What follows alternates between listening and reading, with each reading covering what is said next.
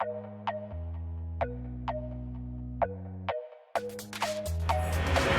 everyone, how's it going? And welcome to a sort of quick-ish video. Since I haven't been uploading for a while because I'm working on this big Fable retrospective video that'll be out when it's out. I don't really know when. I'm doing my best, but I'm working hard on it and I'm enjoying it as well, so it'll be out whenever. But I thought I'd put this out because this came to light probably like a week ago from the Assassin's Creed subreddit, and that is a secret message under the Temple of Amun in Siwa.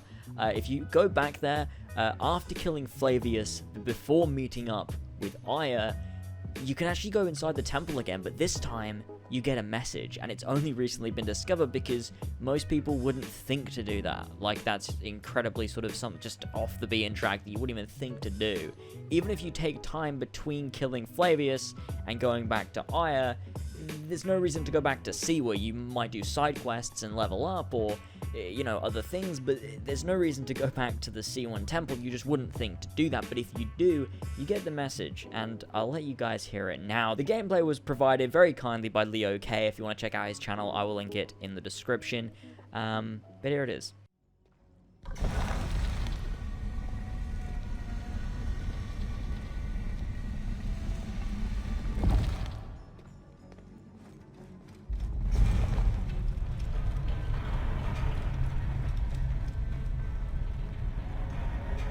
Here they are, awakened from their slumber. One by one, so many. A library, a repository.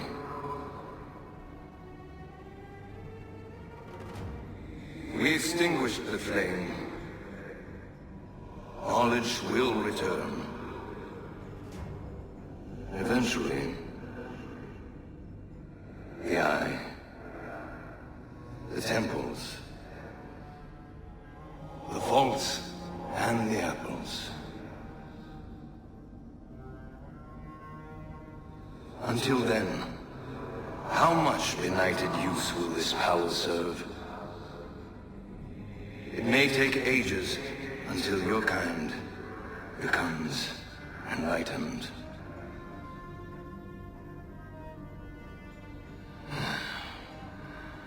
Who stands in this chamber? At long last, the light has been cast. But I fear your blood is the thickest of shadows.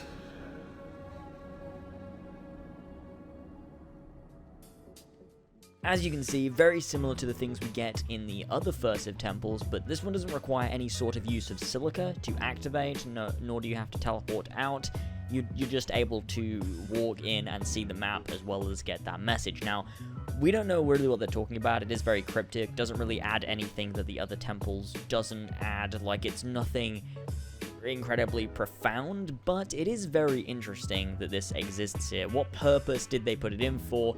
Is it just as a nice little Easter egg, like, here you go, here's this little secret message you get if you do this really specific thing?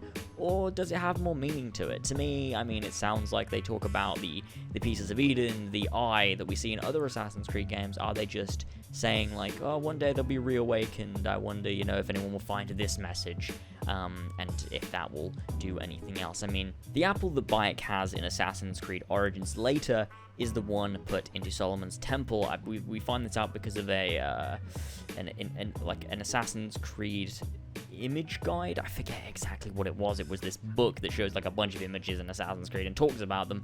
And Bayek's apple is apparently also the one from Solomon's Temple, and I believe that was put into the wiki as well, so that's apparently now canon. So what I believe happened is, this map that appears in the C1 Temple is the same map that is projected from Altair's apple at the end of Assassin's Creed, which shows the locations of the pieces of Eden. I don't think it's just the pieces of Eden, I think it's the pieces of Eden that are stored in specific locations. I believe that's what it is, but regardless of that, I believe that this temple, its purpose is to show that map of where these pieces of Eden are stored and which temples are active and have pieces of Eden in them, and those are the ones that will light up. When Bayek takes the apple there, it takes in the information of that map and is then later displayed to Altair. So not all apples can display this information. It can just, it's now shown that the apples can pick up information from fursive temples and retain them to later be displayed in the future if they're accessed.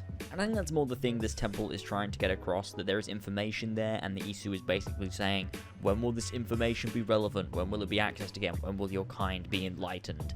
And then that apple takes the information subconsciously, and later it's displayed to Altair. I feel like it's a little nod, it's a little reference, and it's a nice little Easter egg, but a cool secret message nonetheless. Let me know your guys' thoughts in the comment section below. Am I just glossing over this, or is there something deeper? Let me know your theories, because I know you guys will have a bunch of them. Let me know if any of you guys found this while playing, whether this is the first time you're hearing of it, because this is the first time I heard of it. I never thought to go back to the temple in between killing Flavius, returning to Aya. Those two are next to each other as quests, so you know, it's not something most people would think to do. So it's very, very interesting to learn that this actually exists. But thanks for watching this super quick video. I'll see you guys soon for the big Fable video that I am working on. But as always, thanks for joining me. Like if you enjoyed, subscribe to stay up to date. If you want to help me out, that'd be great. And I'll see you all next time. Goodbye.